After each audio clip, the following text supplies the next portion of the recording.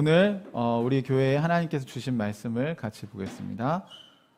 요한복음 20장 24절에서 31절까지의 말씀을 같이 보도록 하겠습니다.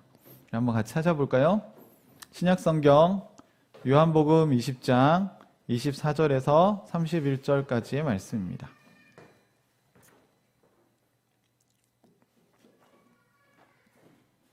네, 신약성경 요한복음 20장 24절부터 31절까지의 말씀을 우리 같이 교독하도록 하겠습니다.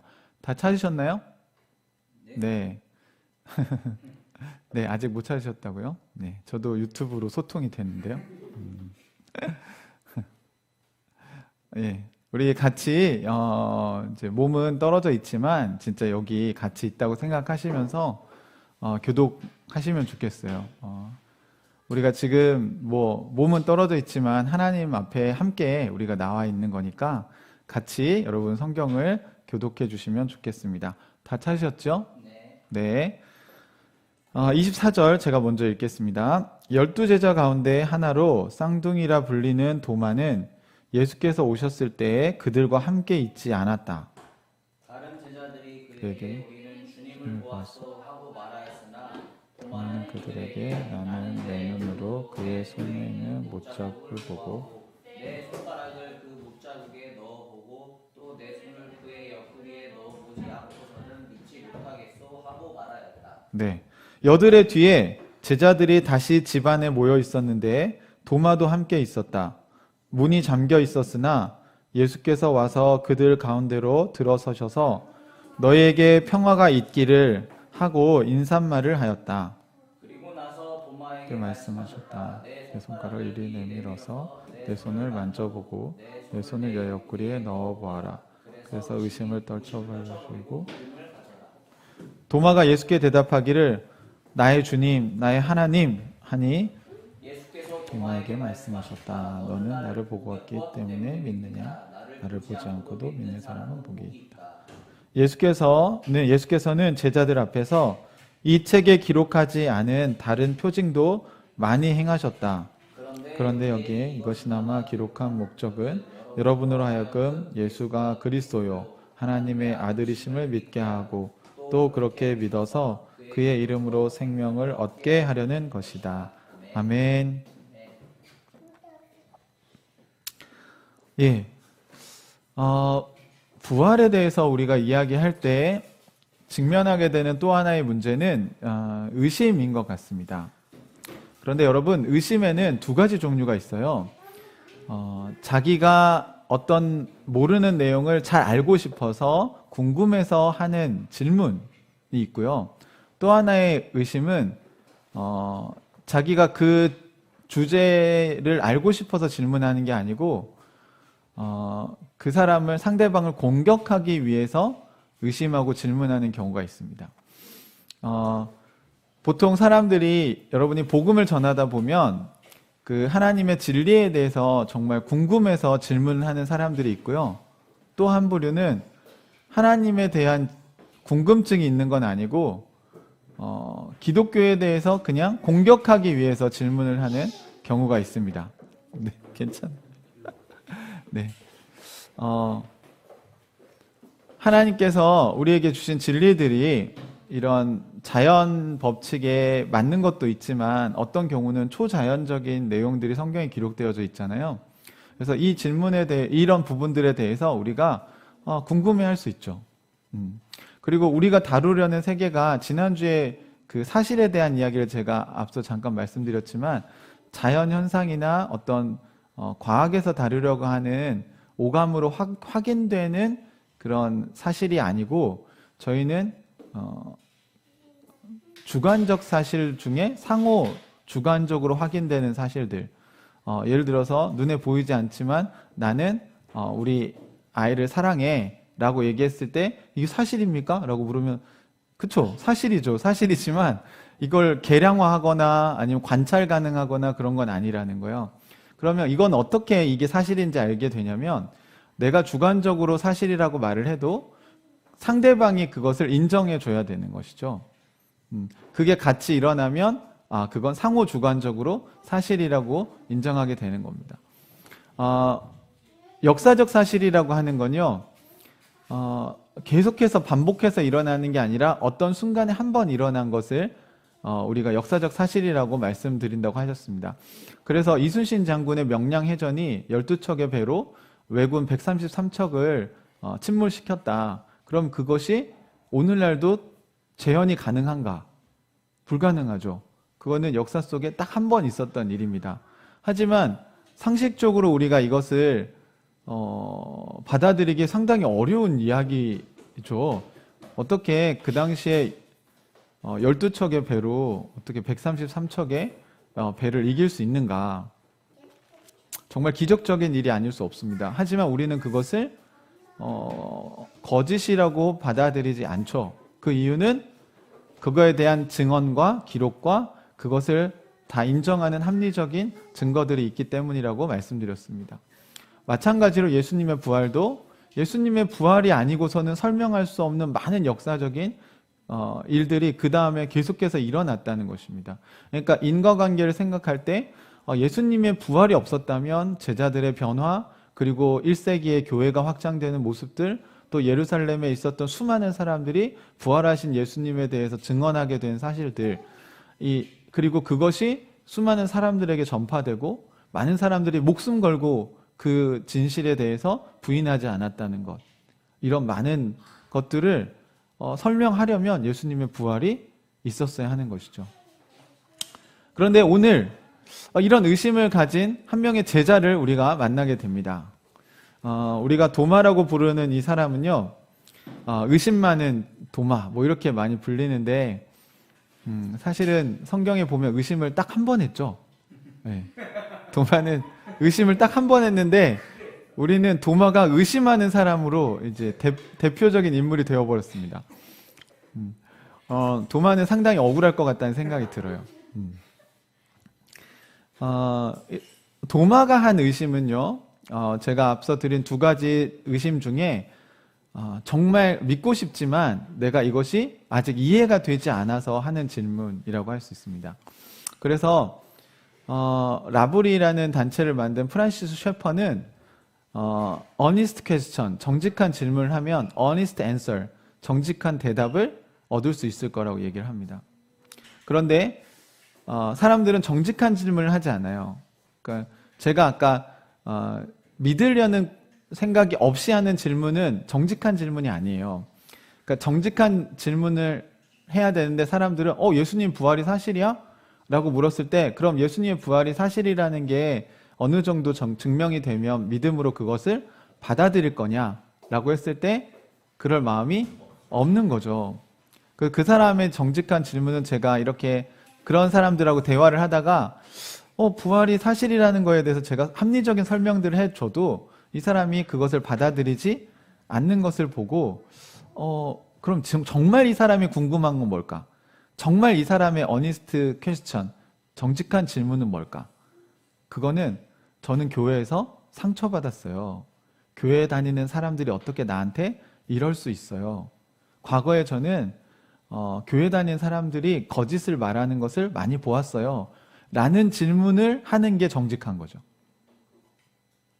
그러니까 사람을 속이는 성도 교회 교인들에 대해서 어떻게 이해해야 됩니까? 이 질문을 하는 게 맞지. 부활은 사실이 아닌데 어떻게 그걸 믿을 수 있습니까? 이렇게 얘기하는 것은 사실은 정직한 질문이 아니기 때문에 이 사람들은 정직한 답을 얻기 어렵습니다. 사랑하는 형제자매 여러분, 여러분이 정말 제대로 된 믿음을 갖고 싶다면요, 여러분 안에 드는 정직한 질문을 하셔야 돼요. 정직한 질문을 하는 것이 신앙생활의 출발점입니다. 의심은 그 회의라고 하죠. 의심하는 것은 다 나쁜 게 아니에요, 여러분. 성경에 의심은 두 종류가 있다고 생각을 하시면 돼요. 우리의 신앙을 도와주는 의심이 있고요. 또 하나는 신앙을 가질 생각이 없어서 하는 의심이 있어요. 이거는 성경에 곳곳에 나오죠. 율법학자나 바리새인이나 서기관들이 와서 예수님에게 질문을 합니다. 그들이 하는 질문은 정직한 질문입니까? 그렇지 않죠. 그들은 예수님을 공격하기 위한 질문이고 예수님을 어떻게든 자신들의 어떤 빌미를 삼아서 자신들이 유리한 그 결론을 이끌어 가려고 하는 어떤 교묘한 음모인 것이죠. 예수님은 그런 질문을 파악하시고 그들에게 참 우문현답, 그들의 질문과는 다르게 진실을 그들이 직면할 수 있게 도와주는 대답을 하십니다. 반면에 어떤 사람들은 예수님께 찾아와서 정말 자기 안에 있는 정직한 질문을 던져요. 당신이 정말 메시아입니까? 그래, 너와 말하고 있는 내가 그다 라고 했을 때 그는 물동이를 버려두고 사마리아 여인은 마을로 달려가서 뭐라고 얘기해요? 내가 메시아를 만났다. 자신이 한 질문에 예수님의 대답을 들으니까 뭐가 일어납니까? 변화가 일어나죠. 왜요? 그건 정말 자기가 궁금했던 질문이고 찾고 있었던 답인데 예수님이 그 답을 줬잖아요. 그럼 그 답을 인정하고 받아들이는 것이 정직한 질문을 한 사람의 모습이라는 겁니다. 하지만 그게 원래 궁금하지 않았어요. 그냥 예수님을 만났지만 너는 메시아가 아닌 것 같은데 라는 확신을 가지고 당신이 메시아입니까? 라고 물었는데 내가 그다 이렇게 얘기했을 때는 그래서 그래? 아닌 것 같은데? 너 요셉의 아들 아니야? 이런 이야기들을 계속하면서 질문을 끊임없이 하죠. 왜요? 믿지 않겠다는 얘기입니다. 오늘날도 우리가 찾는 이들과 대화를 할 때 여러분이 꼭 기억하셔야 될 게 뭐냐면 질문이 정말 원하는 질문이 뭔지를 파악하시는 게 되게 필요해요. 여러분 복음을 전하시려면 먼저 상대방을 충분히 묵상하셔야 됩니다. 그러니까 그가 하는 입으로 내뱉는 질문이 사실은 그 사람이 정말 찾고 싶은 답은 아닐 수 있어요.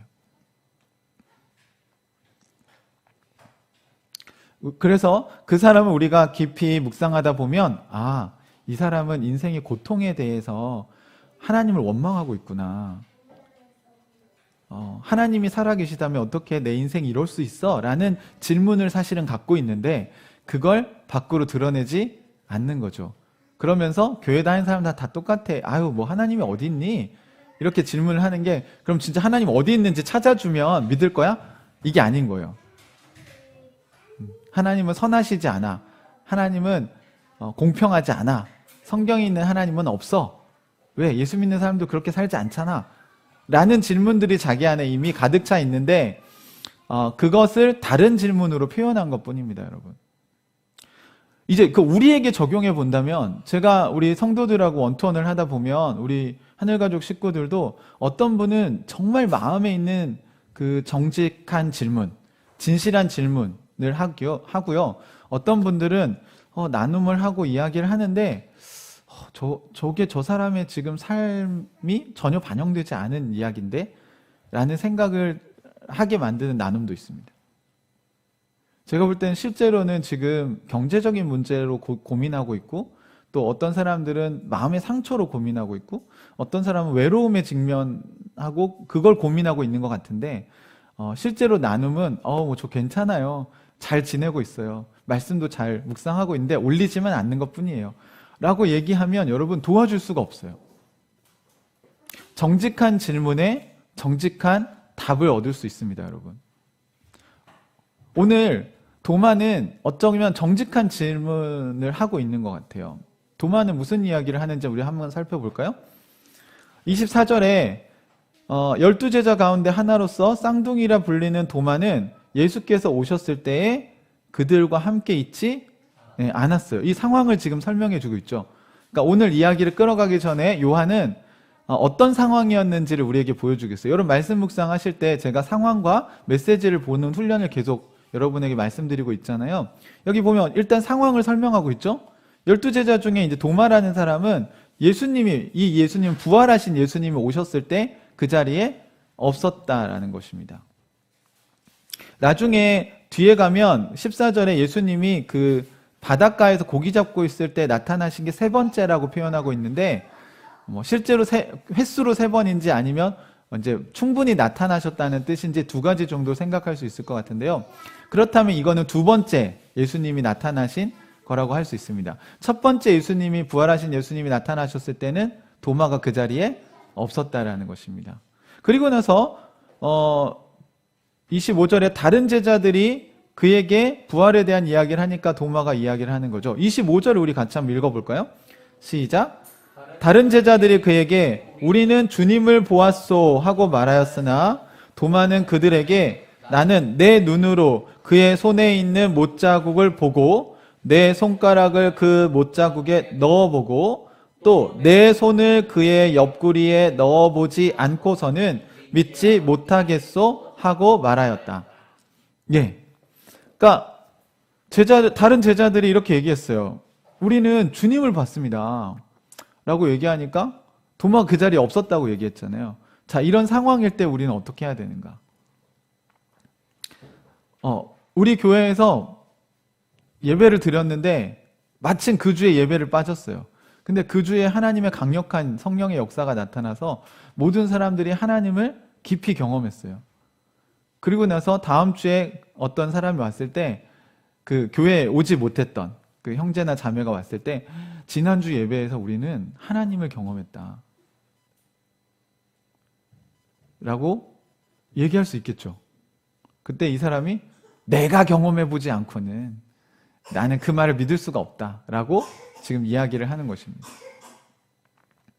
여러분, 마음으로 드리는 예배를 우리가 쓰는 이유는 이것 때문이에요. 여러분이 지난주에 하나님을 경험한 이야기를 쓰는 것입니다. 여러분이 정말 마음으로 드린 예배를 이렇게 쓰시고 나서 자기가 마음으로 드린 예배 내가 뭐라고 썼지? 라고 잊어버리고 사시면 마음으로 드리는 예배가 여러분에게 아무 유익이 없어요. 그렇다고 쓰지 말란 얘기가 아닙니다. 여러분에게 필요한 건 그러니까 나는 안 써야겠다. 이렇게 하는 건 사단이 원하는 거예요. 여러분. 그러니까 왜 그렇게 가는지 모르겠어요. 제가 진리를 알려드리면 그럼 저 이거 안 할래요. 이렇게 안 하면 어떻게 할 건데요, 여러분? 그러니까 운동을 제대로 하는 게 중요하다고 말씀드렸더니 그럼 나 운동 안 할래요. 그럼 안 하면 계속 뱃살은 늘고 몸은 계속 아프고 아마 병들고 이렇게 될 텐데 그게 아니라 자세가 지금 잘못됐으니까 자세를 바르게 하세요라고 알려주면 그렇군요. 제가 자세가 틀렸군요. 라고 받아들이는 게 맞지 않아요? 네. 그러니까 마음으로 드린 예배를 여러분 쓰셨으면 여러분이 스스로 하나님이 나에게 이걸 깨닫게 하셨구나. 그러면 내가 일주일 동안 이 마음으로 드린 예배에 내가 고백한 것처럼 살고 있는지 그래도 일주일에 한두 번은 여러분이 저에게 보낸 톡이 그대로 남아있잖아요. 그럼 그걸 한번 여러분이 다시 한번 읽어보시면 좋을 것 같아요.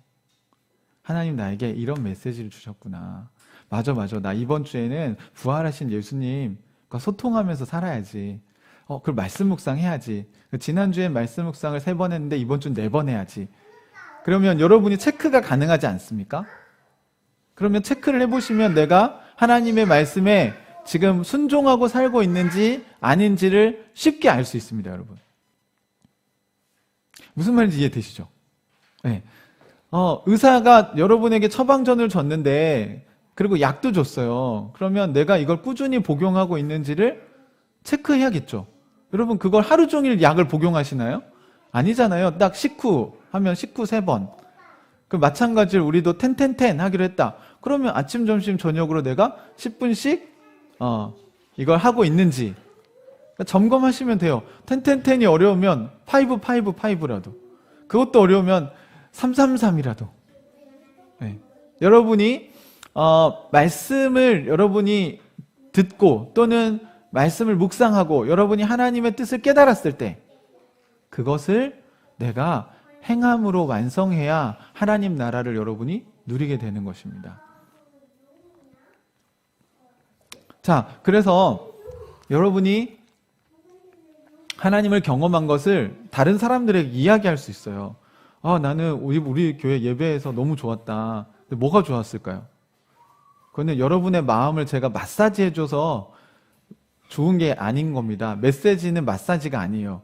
메시지는 마음에 담아두고 그걸 실천하는 하나님의 음성입니다. 어떤 사람들은 목사님 설교를 듣고 하나님이 저에게 이런 말씀을 하셨네요. 그걸 하나님의 말씀이라고 얘기했으면 그걸 당연히 실천으로 옮겨야 되겠죠. 근데 하나님의 말씀인데 다음 주에 물어보니까 잊어버렸어요.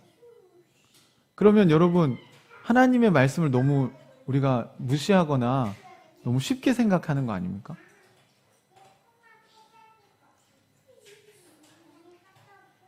그러면서도 우리가 죄인이 아니라고요? 네, 우리 너무 죄인이에요, 사실. 하나님을 너무 쉽게 잊어버리고요.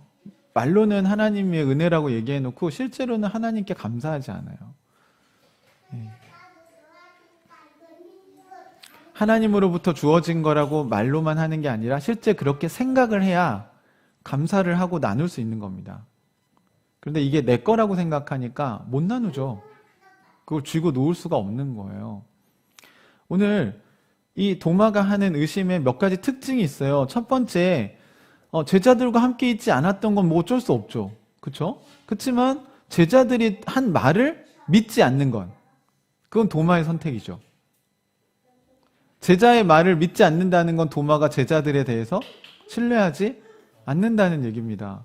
3년간 같이 공동체 생활했는데 여러분 우리 교회에서도 제가 여러분에게 이렇게 살면 안 돼요 라고 얘기했을 때 어떤 성도들은 그 말을 그렇군요 목사님, 맞아요 저한테 그런 점이 있었던 것 같아요, 제가 아니면 목사님 한번 그거에 대해서 기도해 보겠습니다. 그리고 진지하게 고민한다는 건 저에 대한 신뢰가 있다는 거예요. 근데 저에 대한 신뢰가 없는 사람들은요, 제가 뭘 권면하면 그건 목사님 생각이고요, 그건 목사님 스타일이고요, 저는 아니에요 라고 얘기해요.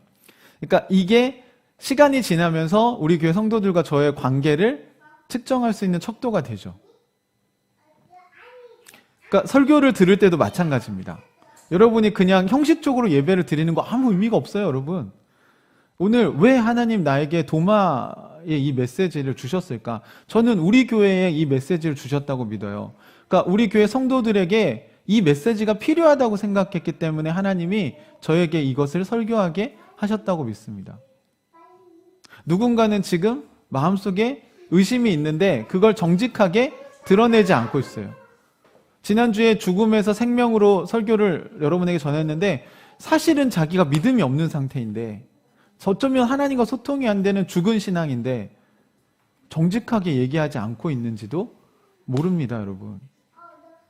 사실은 여러분 마음속 깊은 곳에 어떤 의심이 풀리지 않아서 여러분이 신앙생활에 올인하지 못하는지 잘 생각해 보십시오. 이번 주에도 시편 기자는 복 있는 사람은 여호와의 율법을 즐거워하여 그 율법을 주야로 묵상하는 자로다 라고 얘기했을 때 맞아! 복 있는 사람은 하나님의 말씀이 너무 즐거워서 그걸 내가 정말 계속 읊조리면서 주야로 생각하는 사람이지. 여호와의 율법을 즐거워한다는 건 뭐지? 나는 율법을 즐거워하고 있나? 어떻게 하면 즐거워할 수 있을까? 잘 모르겠으면 목사님 카톡으로 여호와의 율법을 즐거워하려면 어떻게 해야 되나요? 저에게 물어봐요. 목사님 오늘 말씀이 너무 어려워요. 제가 이 말씀을 어떻게 이해해야 될까요? 라고 저에게 물어봐요. 그러면 당연히 제가 여러분에게 답을 해드리죠. 그 질문이 정말 궁금한 질문이었다면 그 답이 본인에게 많은 도움을 줄 겁니다. 하지만 그 질문이 궁금한 질문이 아니니까 안 물어보겠죠. 사랑하는 형제자매 여러분, 여러분 안에 의심이 무엇인지 정확하게 아셔야 됩니다. 도마는 제자들이 한 말을 믿지 않았어요. 왜 안 믿었을까요? 첫 번째, 부활은 상식적으로 일어나는 게 아니기 때문에 그렇습니다. 죽은 사람이 다시 살아난다고? 그리고 예수님은 더더군다나 잠시 기절했다고 보기도 어려운 상태예요.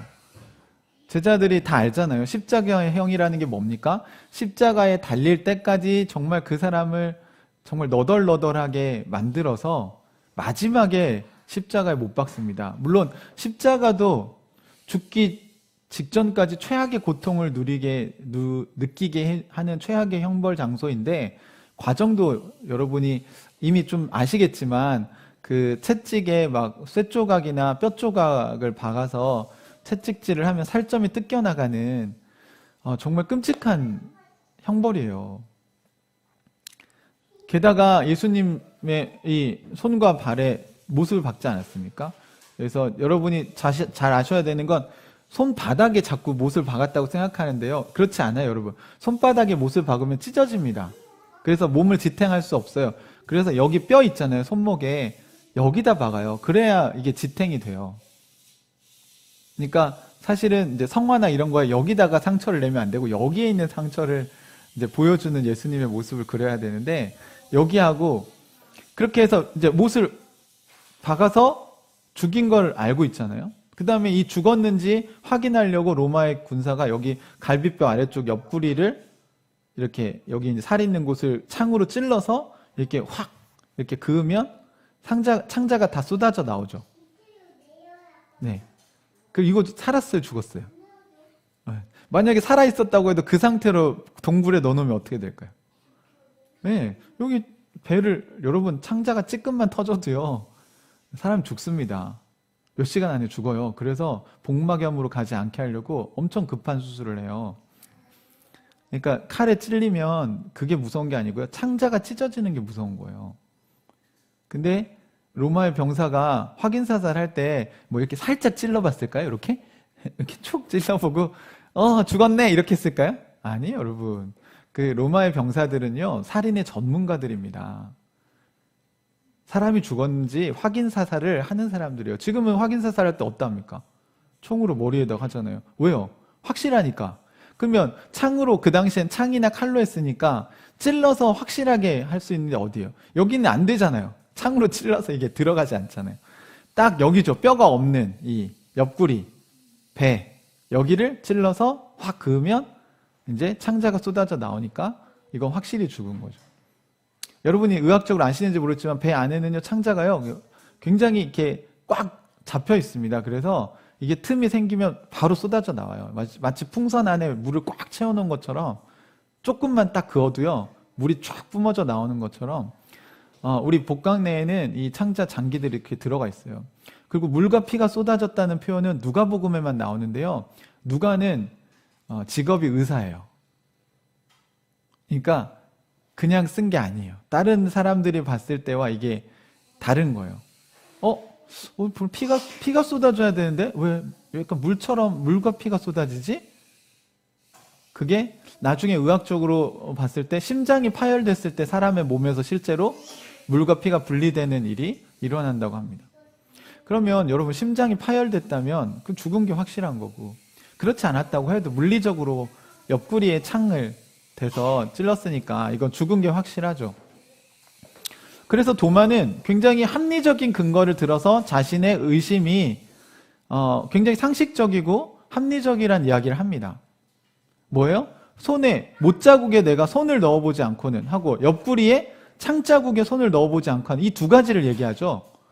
그러니까 여러분 여기 뼈에다 구멍을 냈어요. 근데 여러분 우리 손목도 우리가 이런 얘기를 막 해도 되나 모르겠는데 우리가 살고 싶지 않을 때 긋는 곳이잖아요. 그러니까 이 손목도요 여기 혈관이 가기 때문에 여기를 그으면 피가 이제 쏟아져서 죽어요 결국. 근데 여기를 지금 못을 박아서 뼈까지 부러뜨린 상태잖아요. 그러니까 양쪽 손목을 다 그러니까 이제 칼집을 낸 정도가 아니라 여기를 부러뜨린니까 도마 그 얘기를 하는 거예요. 그러니까 봐봐 예수님 십자가에 못 박을 때 여기다 대못을 박았지. 그리고 옆구리 창으로 그었지. 근데 사람이 다시 살아났다고? 채찍도 맞고 가시면류관도 쓰시고 게다가 발목에도 이렇게 X자로 해서 발목도 못을 박았는데 사람이 어떻게 걸어 다닙니까? 기절했다가 살아났다고 칩시다. 그 어떻게 걸어 다니냐고요. 뼈가 부러졌는데. 근데 예수님을 너희가 봤다고? 믿을 수가 없는 거죠. 도마는 굉장히 합리적인 의심을 하고 있습니다. 저는 이런 정직한 질문엔 답을 해줘야 된다고 생각해요. 도마는 지금 안 믿으려고 작정하고 공격하는 게 아니에요. 나는 이해가 안 된다. 아니 손목에 못을 박고 다리에도 못을 박고 그때 분명히 로마 병사가 여기 옆구리에 확인 사살까지 다 했는데 머리에 총 맞고 죽었는데 어떻게 그 사람이 살아나니? 그러니까 제자들에 대해서 정말 믿음이 없었겠습니까? 3년간 같이 지낸 사람들인데. 그리고 한 명이 얘기한 게 아니라 제자들이 얘기했잖아요. 그러니까 도마도 사실 당황스럽긴 했을 거예요. 하지만 너희가 그렇게 얘기하니까 좀 이상하긴 하지만 생각해봐 얘들아. 이게 말이 되니? 그래서 도마는 얘기를 한 겁니다. 못자국에 내가 손에 난 못자국과 옆구리에 창자국에 손을 넣어보지 않고서는 내가 믿을 수 없다. 라는 질문을 한 것입니다. 여러분, 여러분 신앙생활 하시면서 의심이 없을 수 없습니다. 제가 책을 한 권 권해드린다면 회의에서 확신으로라는 책이 있습니다. 알리스터 맥그리스라는 영국의 신학자이자 복음주의자가 쓴 책인데 저는 대학 다닐 때 이 책이 저에게 굉장히 큰 도움이 됐습니다. 왜냐하면 저한테는 질문이 많았어요. 저는 신앙생활을 시작하면서 제 안에 질문이 많았어요. 그리고 제가 전공을 또 과학을 좋아해서 물리학을 했고 과학학을 공부하지 않았습니까? 그러니까 창조와 진화에 대한 문제도 저에게는 굉장히 이해하기 힘들었고 성경에 있는 기적에 대한 것들을 어떻게 이해해야 될 것인지 이런 것들이 그냥 믿음으로라고 얘기하기에는 성경의 구절들이 합리적으로 제가 볼 때 해석이 안 될 때 그걸 믿음으로 극복하기 쉽지 않았어요. 그런데 교회 선배들이 이 질문에 대해서 저에게 답을 정확하게 해주지 않았어요. 알고 보니까 그분들도 그 고민을 해보시지 않은 것 같아요. 아니면 했는데 정직한 질문이 거절당한 거죠. 그냥 믿어. 그냥 믿음으로 하는 거야. 그런데 이제 제가 속한 선교단체 선배들은 저에게 책도 권해주고 같이 고민해 보자고 했어요. 이 문제에 대해서. 그러니까 답을 준 게 아니라 같이 고민하는 동지가 되어준 것이죠. 그리고 저는 소개해준 책들도, 왜냐하면 제가 진짜 궁금했기 때문에 소개해준 책들도 읽고 그리고 이 문제에 대해서 또 다른 사람들의 글도 찾아보면서 답을 찾아가기 시작했습니다. 그리고 그 답을 찾아가는 과정 속에서 제 신앙이 성장하게 된 것이죠. 여러분 지금 저희 교회에서 말씀 묵상을 하고 있잖아요. 여러분 안에 이런 게 있는 것 같아요. 오랫동안 큐티를 했는데 성경을 통해서 하나님과 소통한다는 게 뭔지 잘 모르겠습니다. 그리고 소통이 되기는 되는 겁니까? 그러니까 성경을 읽는다고 그게 내 생각이지 이게 하나님의 뜻인지 어떻게 알 수 있습니까? 좋아요. 좋은 질문이에요, 여러분. 근데 이 질문을 하실 때 그래서 여러분은 말씀 묵상을 제대로 가르쳐 드리면 하려고 하는 생각을 갖고 있는지 아니면 큐티를 하기 싫어서 지금 그 얘기를 하시는 건지 그게 귀찮아서 그런 질문을 하시는 건지 정직하게 여러분 안에 들여다보셔야 돼요. 차이는 뭘까요? 말씀 묵상 학교를 열면 진짜 그걸 방법을 찾고 싶고 맞아 성경을 통해서 하나님과 소통을 한다는데 나는 그게 궁금해요. 어떻게든 걸 배우고 싶어요. 하는 사람들은 당연히 신청하고 말씀 묵상 학교에 들어오죠. 그리고 그걸 배우면 어떻게 해요? 자기 삶에 실천합니다. 저는 정말 안타까운 게 한국교회 성도들이 성경에 대해서 정말 궁금해하시고 배우고 싶어 하시는 분들이 많다는 걸 알고 있어요. 우리 교회도 그렇다고 생각해요. 그런데 여러분 그거에 비해서 신천지에서 성경을 공부하는 사람들에 비교하면 우리의 열심은 너무 초라하고 보잘것이 없습니다. 신천지에서 그 거짓된 교리를 알려고 무료 성경 신학원에 가서 일주일에 4번씩 가고 주일 예배 따로 가고 아시죠? 저녁마다 가서 성경 공부하는 거. 여러분 우리 교회 성도들 또는 교회 성도들이 제대로 된 성경 연구 방법을 알아서 제대로 된 말씀 묵상을 제가 볼 때 매일 저랑 그렇게 1시간 반씩 한다면 여러분도 성경을 볼 수 있어요. 하나님과 소통할 수 있어요. 근데 왜 교회 다니는 사람들은 시간을 안 내는지 모르겠어요. 그렇게 중요한 일에. 아니 이단에 빠져 있는 사람들은 거짓된 거에도 그렇게 많은 시간을 내는데 오히려 진리를 믿고 진리를 사랑한다고 하는 사람들은 왜 그거에 시간을 내지 않을까요? 여러분 하루에 30분 말씀 묵상하는 게 어렵습니까? 그럼 무슨 신앙생활을 하시겠다는 거예요? 예수님 위해서 목숨을 거신다고요? 그럼 뻥치지 마세요. 그게 저는 안 믿어져요. 하루에 30분도 말씀 묵상 안 하고 기도도 안 하는데 어떻게 여러분이 주님을 위해서 목숨을 내놓겠다는 겁니까? 진짜 천국에 갈 생각이 있으신 건가요? 정말 하나님을 사랑하시는 건가요? 하나님과 사귀어 볼 생각은 있으신 건가요? 그렇지 않다면 여러분, 예수님이 십자가에 죽으신 건 괜히 죽으신 거예요. 예수님이 십자가에 죽으셔서 부활하셔서 뭘 하시려고 하냐면, 우리 오늘 뒤에도 나오지만 우리로 하여금 생명을 얻게 하시려는 게 주님의 목적이었어요. 그 말은 무슨 말입니까? 지난주에 말씀드렸죠. 생명을 얻는다는 건 하나님과의 관계가 회복시키는 게 그분의 관심이에요.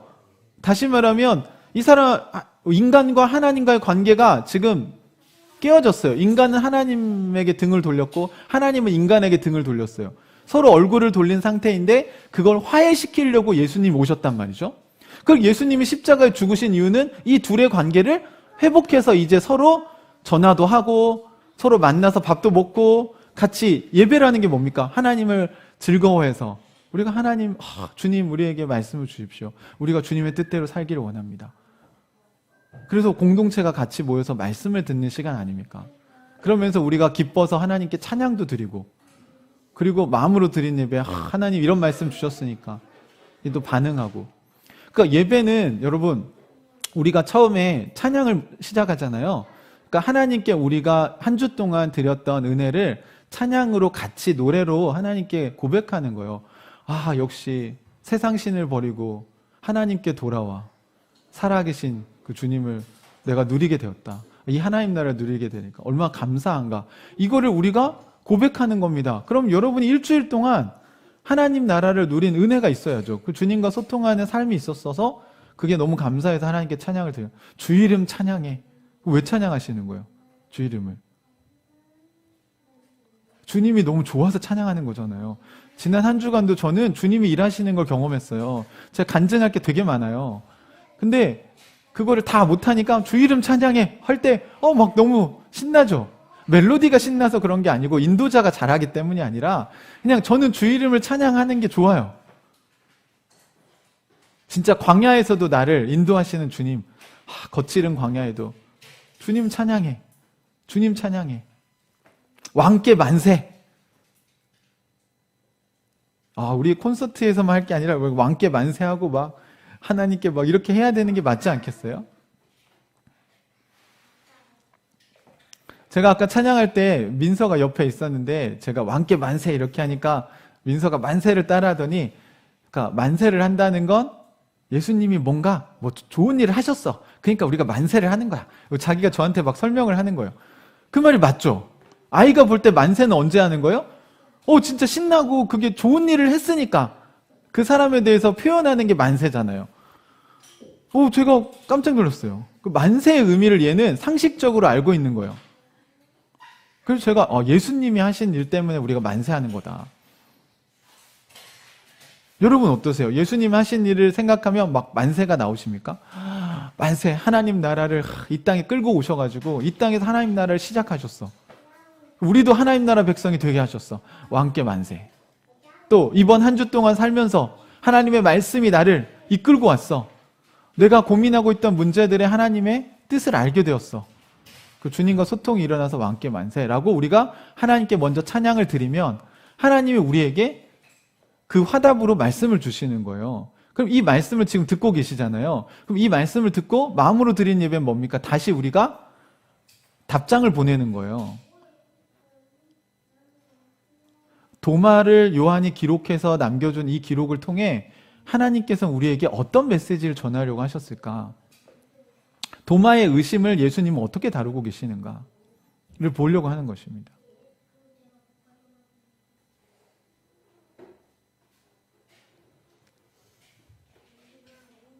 도마는 예수님의 부활에 대해서 자기가 직접 체험해보지 않으면 믿을 수 없다고 얘기한 것입니다. 기독교는 체험의 종교라고 얘기합니다. 저는 이 의심은, 이런 질문, 이 일을 제기하는 건 정당하다고 생각해요. 그리고 여러분이 체험하셔야 돼요. 말씀 묵상을 제가 아무리 가르쳐 드려도, 제가 아무리 설교를 열심히 해도 여러분 마음속에 하나님의 음성이 들리셔야 돼요.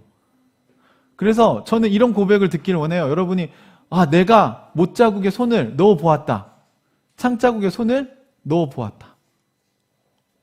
예수님은 그것을 알고 계셨어요. 그래서 어떻게 하십니까? 자, 이런 상황에 있는 도마에 대해서 26절에 보면 여들의 뒤에 8일이나 지났어요.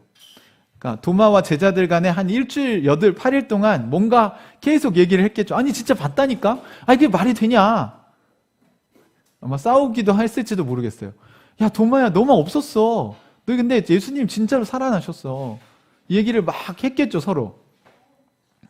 그러다가 결론이 안 난 것 같아요. 그래서 도마에게 예수님이 직접 찾아오십니다. 보시면 문이 잠겨 있었으나 예수께서 와서 그들 가운데로 들어오셔서 무슨 인사를 하셨어요? 너희에게 평화가 있기를. 이제 샬롬이죠.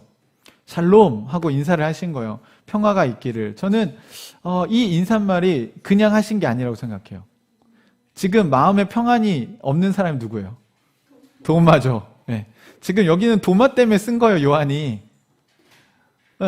도마의 마음속에 평안이 있기를 바라는 거예요. 도마는 마음이 되게 요동쳤을 것 같아요.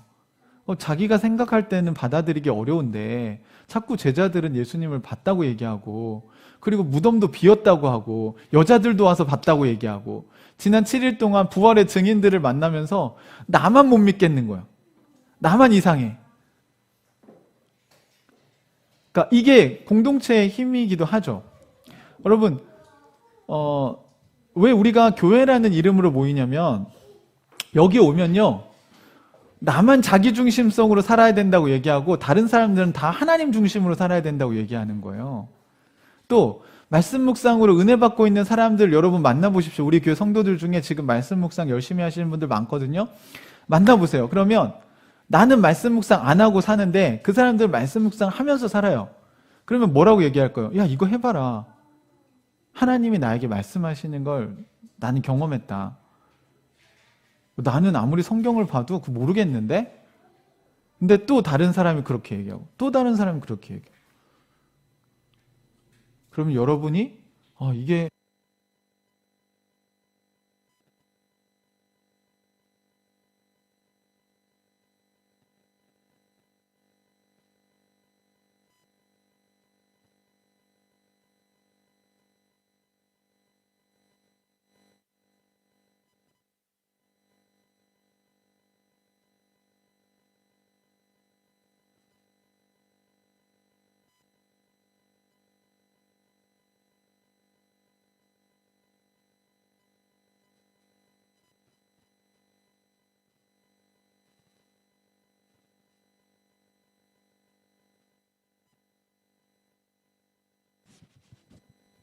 네.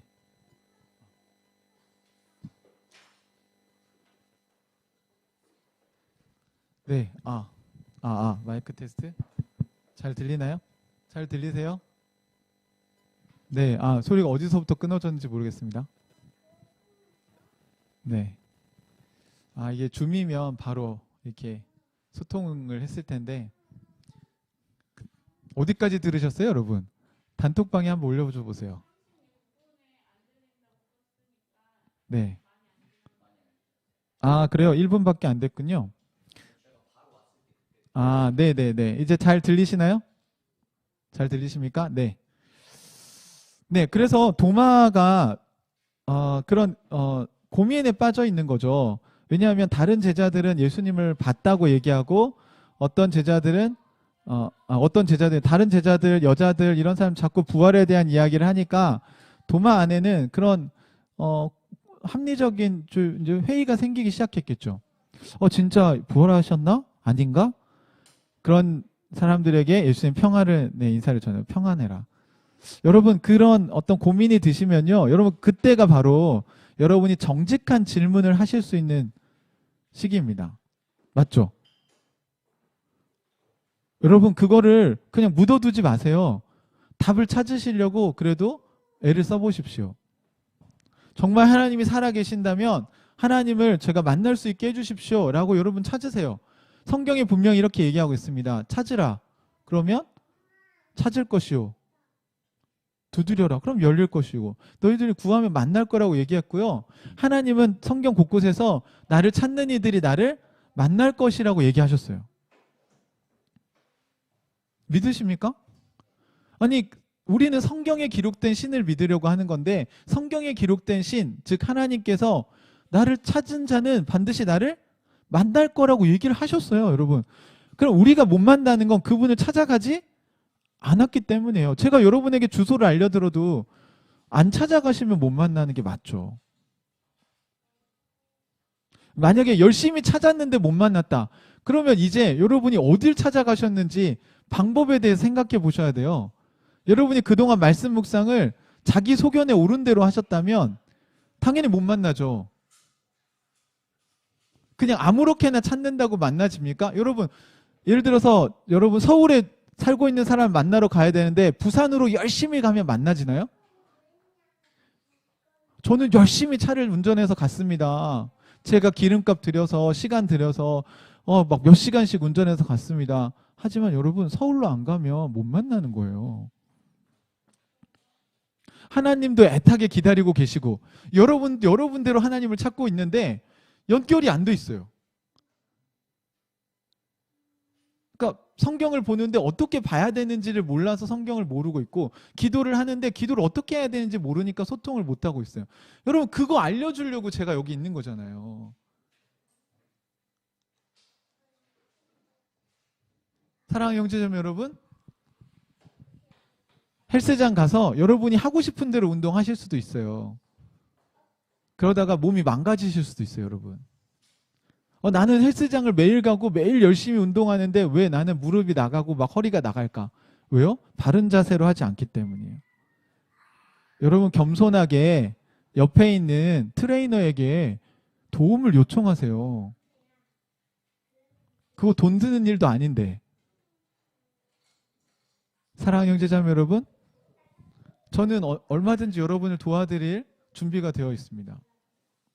그리고 저에게 도움을 요청하신 분들이 실제로 영적으로 몸이 좋아지고 있는 것을 제가 보고 있습니다. 지금 그런 간증이 지금 지난주에도 막 저에게 들어와서 너무 제가 기쁘고 정말 위로를 얻었어요.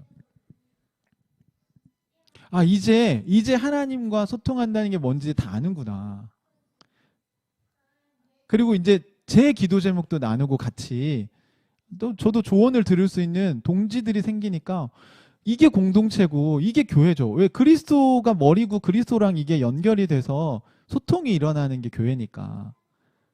그러니까 그들의 정직한 질문은 지금 정직한 답을 얻고 있는 것입니다. 예수님은요 오늘 그걸 보여주는 거예요. 도마의 질문은 당돌하기도 하고요. 너 왜 제자들이 얘기하는데 안 믿냐? 에이 너한테는 내가 안 보여줘. 이렇게 하실 수 있죠. 그런데 예수님 그게 아니에요. 먼저 와서 무슨 인사부터 하냐면 평안하냐. 너희들에게 평안이 있길 바란다. 특히 도마 너 지금 마음이 너무 괴롭지. 나 네 마음이 이제 평안해지길 바래. 그 너 안에 있는 그런 고민들이 이제 해결되길 바래. 어떻게 해결해 주세요? 도마가 얘기한 대로 해주시잖아요. 보세요. 도마에게 말씀하셨다. 27절 같이 한번 읽어볼까요? 시작. 그리고 나서 도마에게 말씀하셨다. 내 손가락을 이리 내밀어서 내 손을 만져보고 내 손을 내 옆구리에 넣어보아라. 그래서 의심을 떨쳐버리고 믿음을 가져라. 예수님 왜 오셨습니까? 의심을 떨쳐버리고 믿음을 가지게 해주려고 오신 거예요. 그래서 그게 궁금했으면 자 이제 이리 와봐. 자 네가 말한 대로 자 내 손가락을 여기다 넣어봐. 해봤을까요 진짜? 손가락을 이렇게 슉 그 옆구리에 창자국에 이렇게 해봤을까요? 네, 분명히 거기에 이제는 흉터가 남아 있었을 거예요. 아마 어느 정도 뭔가 부활하신 몸이시니까 그게 무슨 뻥 뚫린 무슨 좀비 같이 하고 오시진 않았을 테고 뭔가 부활의 몸으로 오셔서 그걸 보여주시고 만져보게 하셨을 거예요. 그래서 여러분 제가 이제 나중에는 이렇게 PPT로 좀 이렇게 그림도 보여주고 싶은데 사도 도마 검색해 보시면 그 도마가 이렇게 예수님의 옆구리를 이렇게 해보는 그런 성화들 있잖아요. 이게 좋은 그림들 많이 있어요. 그러니까 좋은 그림들은 그러니까 어떤 거는 너무 이렇게 종교적인 그림이지만 어떤 그림은 화가가 이 장면을 깊이 묵상하고 그림에 담아낸 그런 작품들도 있어요. 왜 좋은 명화겠습니까? 그러니까 이 장면을 나름대로 성경을 묵상하고 그림을 그린 명화들은 여러분 우리에게 굉장히 큰 도움이 됩니다. 묵상에 도움이 돼요. 그리고 여러분 그림을 공부하신 분들은 아시죠? 그림의 어떤 제스처, 표정, 손가락의 모양 이런 것들이 다 어떤 의미가 있다는 거, 상징이 있다는 거. 어찌됐든 예수님은 도마가 원하는 방식으로 찾아오셔서 도마의 의문을 해결해 주십니다. 자, 만져봐. 그리고 믿음이, 여기는 의심을 떨쳐버리고 믿음을 가져라 이렇게 했는데 옛날 성경에 뭐예요? 믿음 없는 자가 되지 말고 믿음이 있는 자가 되라. 그 얘기를 하시죠. 예수님에게 도마는 소중한 제자였습니다. 그리고 요한은 왜 이걸 기록했냐면 도마 한 명도 예수님이 그냥 넘어가지 않으셨어요. 모임할 때 안 왔네? 그럼 넌 빼? 이렇게 한 게 아니라 기다리시는 거예요. 여러분 저도 여러분이 지금은 준비가 안 돼서 묵상 나눔 못 하실 수 있는 거 이해해요. 경제적으로 힘드실 수도 있고 또 뭐 아이를 키우느라 바쁘실 수도 있고 그런 거 이해하면 제가 그거 이해 못하는 거 아닙니다. 그러니까 여러분은 제가 이제 끝입니다. 이게 아니에요, 여러분. 여러분이 때가 됐을 때 기다리고 있는 거예요. 여러분이 그걸 고민하시고 정직한 질문을 하셔야 돼요. 우리 지난주에도 한 지체가 저희가 그 얘기를 했어요. 저 수요일 날 제가 직장 일정 때문에 참석을 못 하는데 목사님 그거 예배소서 묵상하기 녹화하셔가지고 그거 저한테 좀 보내주시면 안 될까요? 여러분 이 사람은 이걸 하고 싶으니까 얘기를 한 거겠죠, 저한테. 그러면 제가 그거 녹화해서 안 주겠어요?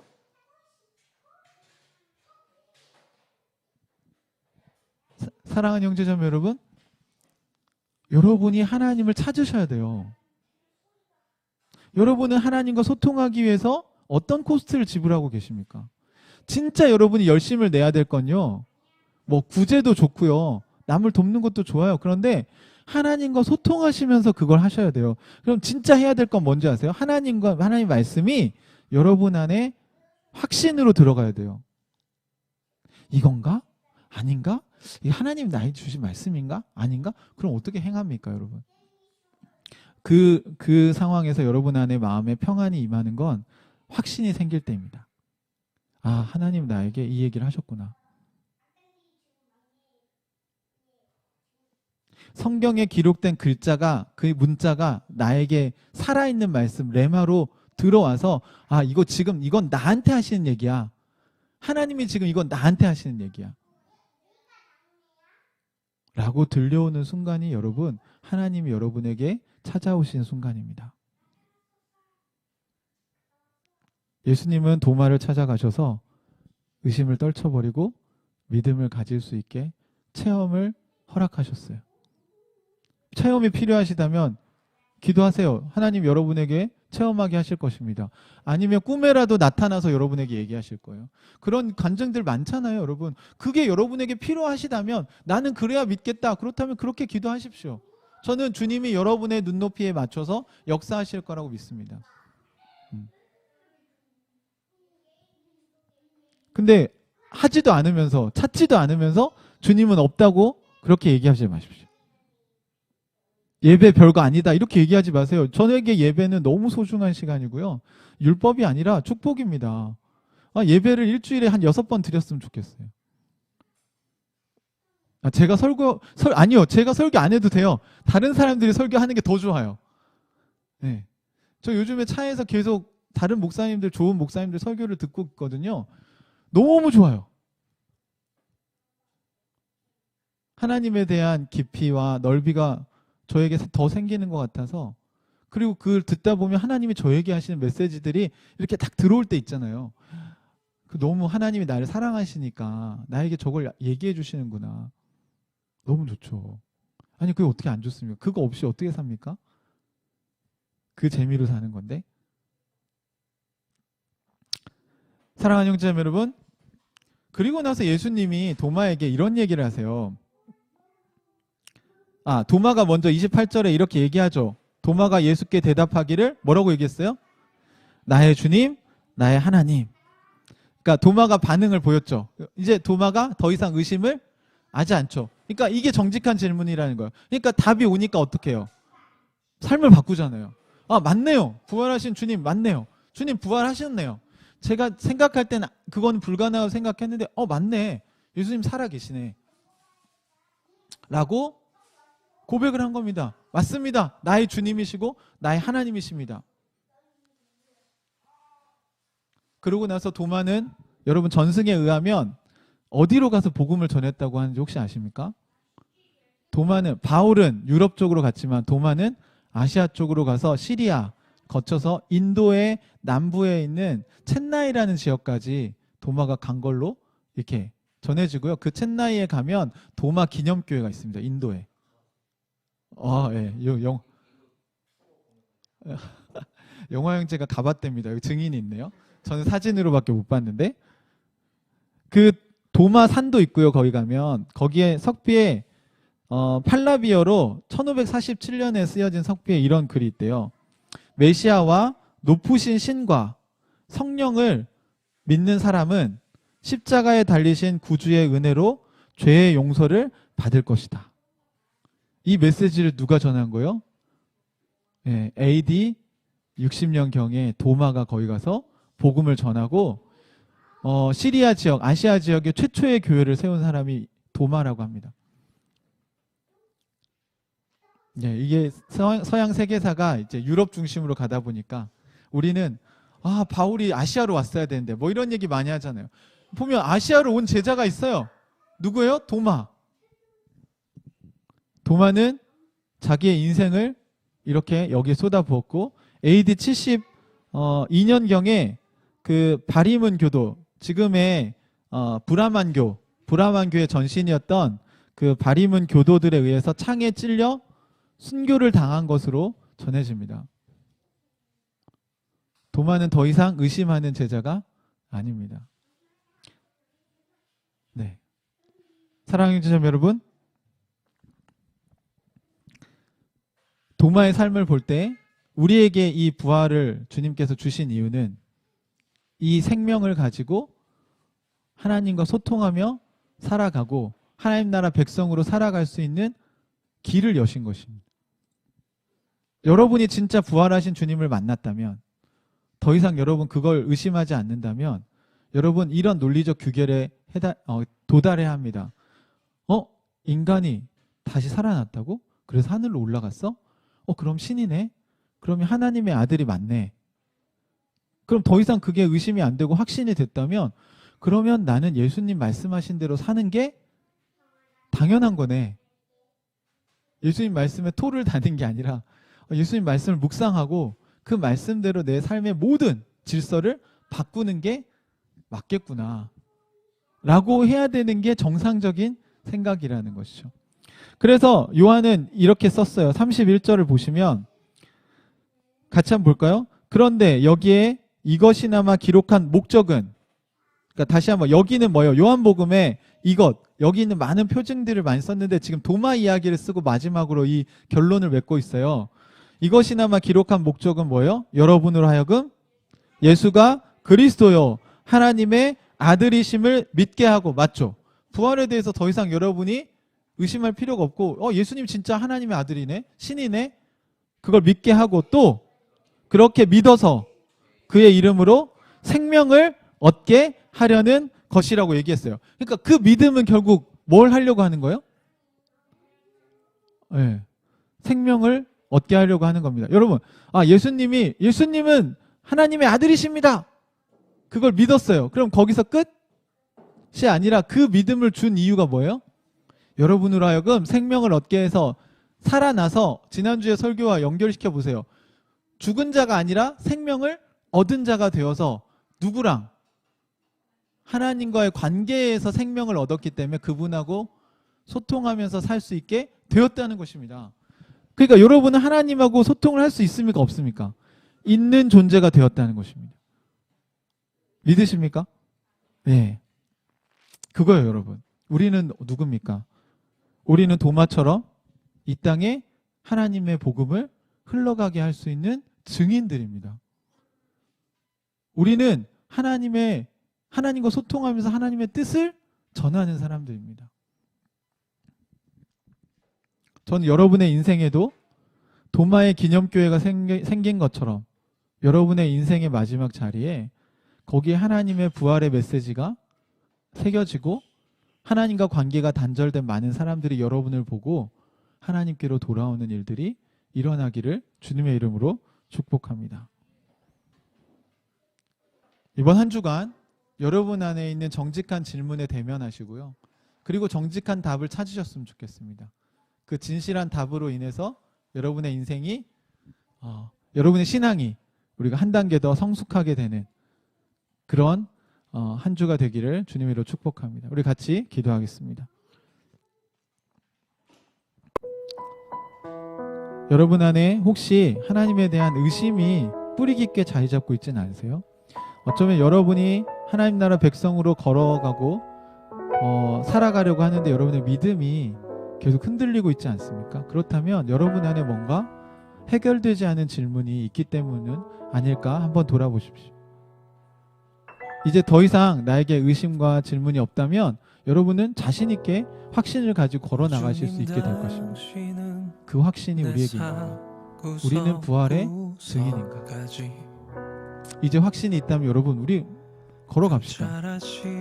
인도로 도마가 간 것처럼 우리도 더 이상 하나님에 대해서 의심하지 않고 하나님 나라를 이 땅에 이루어가는 삶을 자신 있게 증거하고 살아갔으면 좋겠습니다. 오늘 주님께서 여러분에게 주신 은혜들을 돌이켜보시면서 이 시간에 지금 살아계신 주님과 우리가 대화하는 시간을 갖겠습니다. 같이 우리 주님 앞에 우리 도마의 이야기를 통해서 주신 그 여러분의 안에 주신 깨달음들을 하나님 앞에 같이 이 시간 기도하는 시간 갖겠습니다. 같이 기도하겠습니다.